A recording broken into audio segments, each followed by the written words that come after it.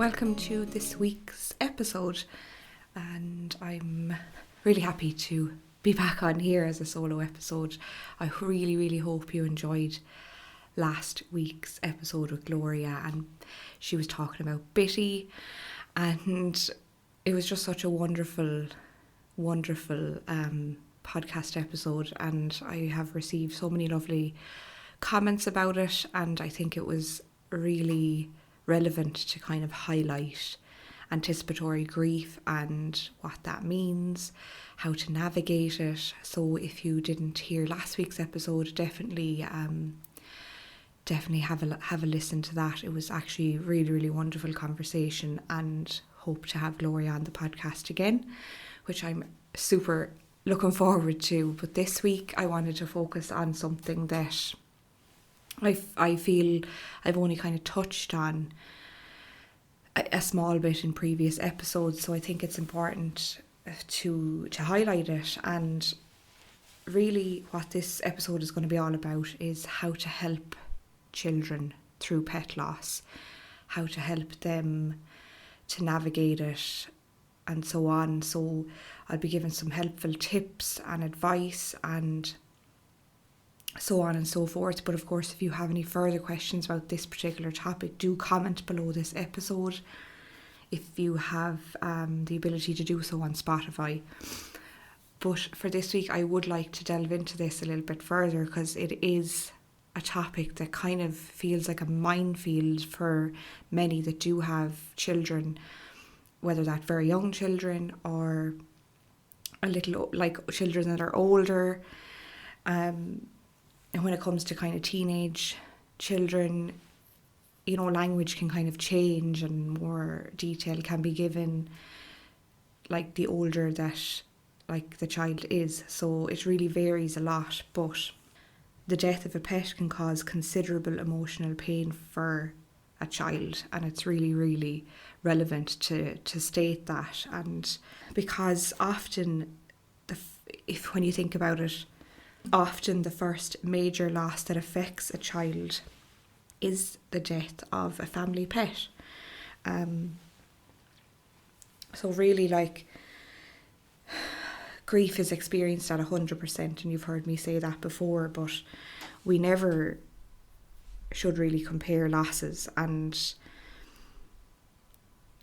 you know, please do not interpret this to mean that we put a higher value on the death of a pet than the death of a parent or a grandparent or another person, but all losses are experienced at 100%, and each loss carries with it like a level of intensity based on the uniqueness of that particular relationship for that particular person that's experiencing the loss. And while there is no kind of universal set of feelings for when a pet dies, most children are strongly affected, because, as you've probably seen, if you do have a child, they have created a really strong bond with the family pet or whatever pet is in their life. And maybe the pet was given to them and said, this is your pet. So whether that's a dog, a cat, guinea pig, a rabbit, any form of pet, and it can be a pony as well for young people that are interested in horse riding and so on. But really, children will often tell their pets all of their thoughts and feelings and all of their frustrations and challenges, and the pet kind of becomes that kind of trusted confidant, like a total kind of unconditional and totally like trustworthy for that child. And even children will often whisper and tell things to their pet that they maybe wouldn't feel comfortable, you know, saying to their parent or their sibling. So the death of a pet, especially when it's the first death close to the child, introduces that painful reality that something can go away and not come back. So that can be really difficult for a child to kind of cognitively understand, that something can go away and not come back. and that can be extremely painful, and they can have a lot of questions around that, understandably. I suppose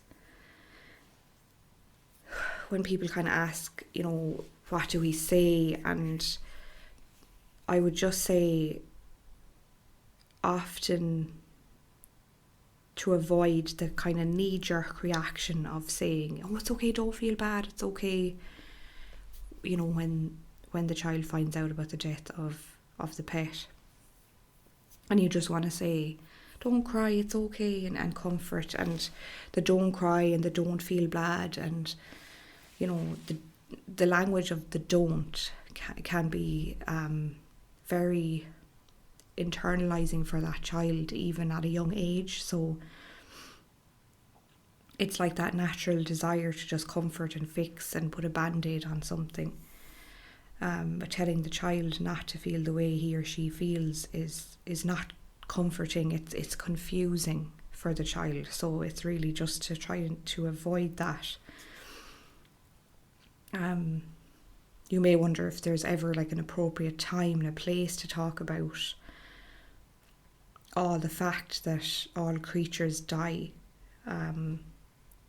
Many of you listening may have already had maybe that kind of conversation with your children, but maybe before any of this happens, before a child experiences the death of a pet or the death of anybody in their life, it might be good to have that conversation of the fact that all creatures die, and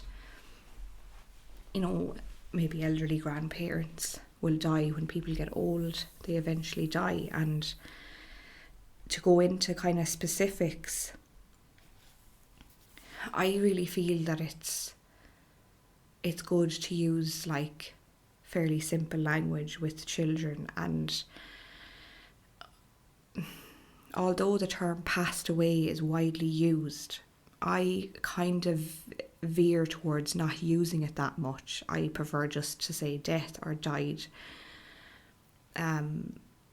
because passed away can be then confusing for children, because they might be, if they know the word death and know the word died, for like losses in the future, they'll know, like, it's factual, it's less confusing than passed away.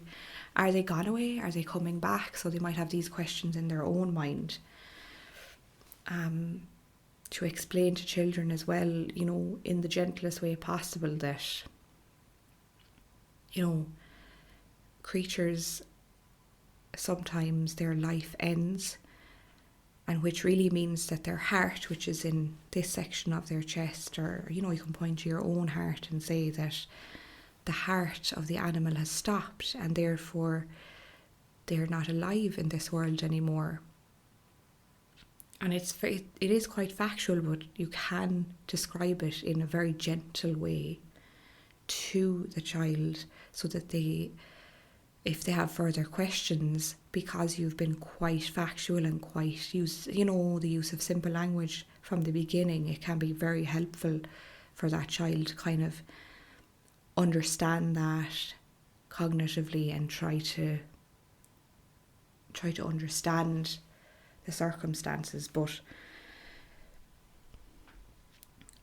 I suppose in a response to your child's why, if the child says why did this pet die, and you say, I don't know, just say, I don't know, honey, but it is very sad that your pet died, isn't it? And so if there could be so many circumstances as to why the pet died, and if the child is old enough, you can give a certain amount of detail. But if the child is very young, that response is probably more appropriate, in my opinion. So do you see how kind of that answer acknowledges the question? It acknowledges the child's question, but at the same time brings it back to the feelings of the child. Like when you're saying, I don't know, honey, but it is really sad that your pet died, isn't it? and you're kind of asking that question again, and then it gives your child the opportunity to open up about their feelings and emotions around the death of their pet. You know, if your child wants a really scientific explanation, your child will make that very clear. If you kind of automatically move towards like the intellectual explanation, it's kind of likely the response you heard when you were a child. So that's just valid to think about that. You may be kind of unwittingly repeating something that was said to you a long time ago, maybe when you experienced a pet loss. So it's just to be aware of that and just to notice that. Like the death of a pet is first and foremost like a emotional event for your children, and their primary reaction will be to the painful feelings they're experiencing. That'll be their primary reaction. So as a parent, your job really is to acknowledge and to assist them in recognising, accepting and dealing with the truth of those feelings and helping them to navigate through it, their own unique grief journey. And even in acknowledging it with your child is huge, because I know for many growing up it wasn't acknowledged. The feelings of the child after the death of a pet wasn't even acknowledged. You know, there was this shove it under the carpet, or it's only a pet, dry your eyes and stop crying. And you know, like, what are you crying for? Because if you shift them away from their emotions and towards their logic or their intellect around what's happening, you really will have done them a disservice, really. And if you do this, you may have experienced this as a child yourself, as I mentioned a few minutes ago, or you may be afraid that you just don't know how to help your children with their feelings. If you struggle with your own emotions and feelings around grief, it's going to be really, really difficult for you to then support and help your children with the difficult emotions around their grief in whatever loss really that they're experiencing. So if you had a pet die when you were a child, then you would probably remember how it affected you if you were to think back about that. This event, like an event like that, can be powerful as a teaching kind of opportunity. So I suppose imagine if you could say to your children, for example, if I can see that you were heartbroken at the death of your pet, whatever your pet's name is, I remember when my dog died and when I was a child, and I was so sad. I missed him so much. So it's to see how those like few simple sentences might help them to feel safe enough then to talk about how sad they might be feeling right now after the death of their pet. And what those comments do is create safety so that children can tell their emotional truth about the situation, about the experience. But by creating that safety to communicate the normal and painful feelings about loss, you are giving your children a solid foundation for dealing with painful events that will occur from time to time throughout their life. So starting this early, providing that safety, acknowledging that the death of their pet is significant, is painful, and imagine an amazing foundation that will create for your child, for the losses that they'll experience. And like those losses will include like even moving away from home when they go to college, or at the breakup of a relationship when they're young, and all of these kinds of losses that aren't related to death. So any of the other kinds of losses, it will help with that. So really it's important to use like honest and simple language. There's often those euphemisms like gone to sleep, or your pet ran away, which can be confusing, and instead use that gentle language and explain that the pet has died and that it's okay to feel sad, it's okay to feel angry, it's okay to feel upset, so just to avoid those euphemisms. And I will include the euphemism of your pet has gone to the Rainbow Bridge because I feel that that's under the same umbrella as gone to sleep, passed away, ran away. I just feel that although now for some of you listening, the Rainbow Bridge story and that kind of analogy is helpful for you, but to kind of avoid that knee-jerk reaction that term will be automatically helpful for your child. So I'm really just putting it out there that I would just avoid it altogether when it comes to children. And when they're an adult, when they're old enough, they can decide if they connect with the Rainbow Bridge idea and the poem that goes with that and everything. So, kind of let them decide, make up their mind whether they kind of connect with that. Because as I've said before in my episodes, I don't personally connect with the whole Rainbow Bridge story and that. So, and that's okay. And you listening, you might connect with that. But it's just not to kind of force that on your child that oh, they're gone to the Rainbow Bridge and that kind of thing. So it's just to be very careful around that kind of confusing kind of language for them. It really is like encourage them to express their feelings as much as possible in every area of their life, whether they're having difficulty in school, whether they struggle to make friends.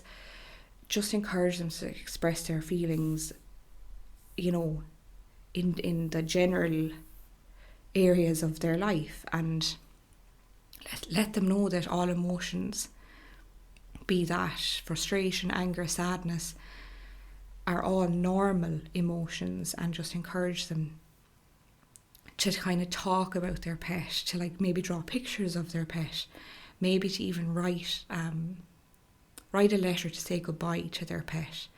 Help them with that. Sit down and maybe you write your goodbye letter and alongside they write theirs and you read it to each other. So it's really encouraging them, and that is actually helping them to process the grief as a young child. So sharing happy memories together, help them to remember the good times and look at the photos, the videos, telling the stories, create a scrapbook. I mean, I've done that myself, but buy a scrapbook for your child and create a scrapbook. If you've several children, get a scrapbook for each of them and let them design and create their own scrapbook and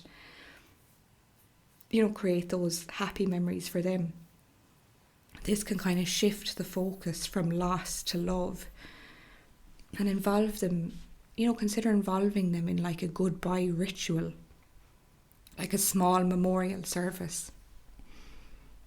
Light a candle, like plant a flower, a tree in memory of their pet outside in the garden, like to help them with that kind of closure and to help them say goodbye in a meaningful way. And that in turn lets them know that the death of my pet matters to everybody in the family. It gives them that message.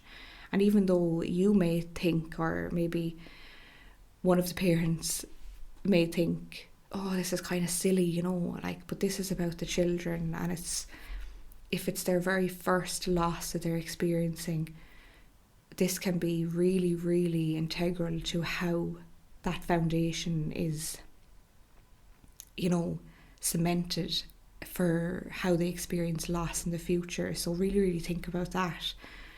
And reassure them that it's okay to grieve. Let them know that grief looks different for everybody and that it's okay to feel sad for a long time. It's okay to feel sad for a long time. That's okay. It's never to, if they say, how long will I feel sad for? It's never to give them a timeline, because as we know, there is no timeline for grief. Just reassure them it's okay to feel sad for as long as you need to. And remind them that they're not alone, that you as a parent also feel sad. And I'm sure you as a parent had a connection with the pet as well. So, like, offering comfort, like extra comfort and security, like extra hugs, maybe a little longer at bedtime for reassurance.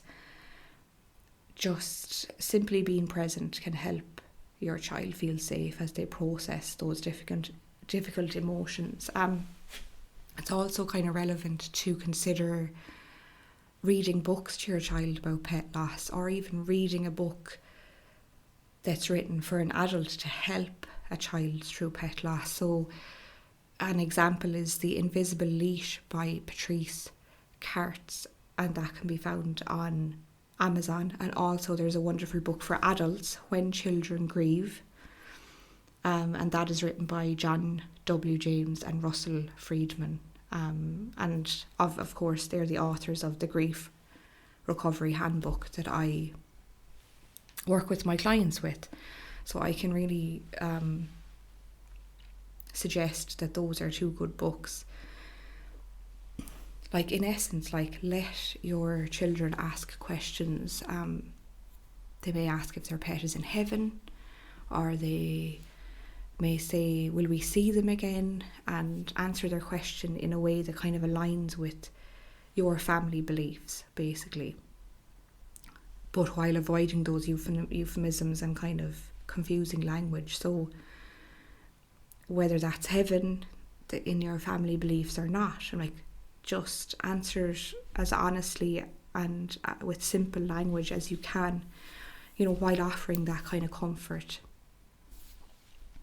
And really allow them to grieve at their own pace and be patient with them while they navigate their emotions, because they could be upset for a long time. You could be out with them in the shops and they could just start, bawling, crying, and that's a wave of grief coming up. And it's just to be patient. It's just to think, okay, why are they all of a sudden getting upset? And it's just to be aware of that, and it's to really give them patience with that. And when, at the end of the day, really help them to feel love again. And when they're ready, encourage them to honour their pet's memory by maybe doing something like helping other animals, or volunteering, or even welcoming a new pet when the time feels right for all of the family. I think that's important. And that's not a necessity, but it's just to kind of provide that space for the child, but it's definitely to avoid replacing the loss straight away with, say, a new puppy, new kitten, or whatever animal that they had previously. Because as a parent, you will automatically want to fix and make them feel better, and it was like, we'll just get a new puppy. That would be amazing. But for children, if they learn that at a very young age, that if they experience really intense emotional pain from a loss, that if they just replace really, really quickly, they will, bring that pattern throughout their life when they experience loss in different ways. So you have to be super mindful about that. And I would just highly recommend leaving space between bringing a new pet in. Just leave, and there isn't a set amount. You might be wondering, well, how much time? Well, you're going to gauge that from your child by asking them questions. How are you feeling now about, your dog, and whatever your pet's name is? How are you feeling now about them? Do you think about them much? How, that's opening the door to say, I still feel really sad, I still feel really upset, and asking them sporadically, just keeping the door open of communication with your child. If it's a very young child, it's asking them in a gentle way, how are you feeling now? And so if you're getting answers to like, I feel fine, I know he's happy and I miss him, but I'm okay. If you're getting these answers, it might be time. And even if the child is asking for a new pet themselves, if there has been a lot of time that has gone, that might be helpful then to know when the right time is. But if you feel the child is asking for a new pet to come into the household very, very soon after the loss, I would recommend to leave some time, because maybe the child had experienced a loss previous to that pet, that it was replaced with another pet, or whatever scenario that may be. So it's just to be very mindful, really listen to your child before bringing another pet in, or if even. So it's really to just think, but it's to avoid the whole term of replacement, to try and fix, to try and make your child feel better. So, and be mindful of your own feelings around the loss of your pet, of the family pet, that you all had a unique connection and bond with your pet. And as a parent, you automatically just focus on your child's experience and forget about your own experience. Your grief matters as well, and it has to be kind of a universal decision between the family, because they could be all at different stages of their grief, may not be ready to welcome a new pet into the house. So I hope that helped, and really, it's just to check out those books that I mentioned, and really just creating safety and not shoving things under the carpet. And you may have had a different experience as a child yourself, but it's just really to really let your child speak their emotional truth about this situation. And whether you had a bond with the pet or not, it's not to disregard the child's relationship with the pet, and to really, guide them and help them to navigate all the roller coaster of emotions that they may feel, which will then create that really, really strong foundation for them when they experience grief and loss in the future. So I'll leave it there. I hope you enjoyed that episode. I hope it was helpful. I hope that you were able to take some elements from it that were helpful for you, and maybe might be helpful in the future. There is also lots of information online that might give mixed kind of information about this, but really the use of simple language and honesty and creating that space for them to open up is really of most importance for this topic, in my opinion, and in my experience of working with clients. So if it's probably a good idea to have conversations with your children if you are expecting the death of a pet to happen in the near future as well. So it's having those conversations prior, so that the child won't be in complete shock. It's just to, for example, if the pet is terminally ill, if the pet is very elderly, nearing the end of its life, it's just to start having those conversations with your child ahead of time in a gentle way, really, and just to explain in kind of non-intellectual language, just to explain very gently that, your pet is getting very old, and talk about death, talk about, your pet's heart may stop, and whatever the family beliefs are, whether the pet goes to heaven, but you'll still be able to connect with your pet. It just won't be in a physical way. They won't be with you here, but you'll be able to write them a letter. You'll be able to talk to them. Just you'll know yourself. It's just to use as simple language as possible because I think explaining to a child that the spiritual relationship of a pet can live on with you, that may be very confusing then for a child. So it's really just to simplify everything. And if your child still has questions, navigate that with them together as best as you can, and just do your best. You know, that's my main advice. Just do as best as you can. But yeah, that's this episode for this week. Let me know in the comments what you thought of the episode, and if you have any other questions in this topic, then I can cover them in maybe a different episode in the future. But until next week, take care.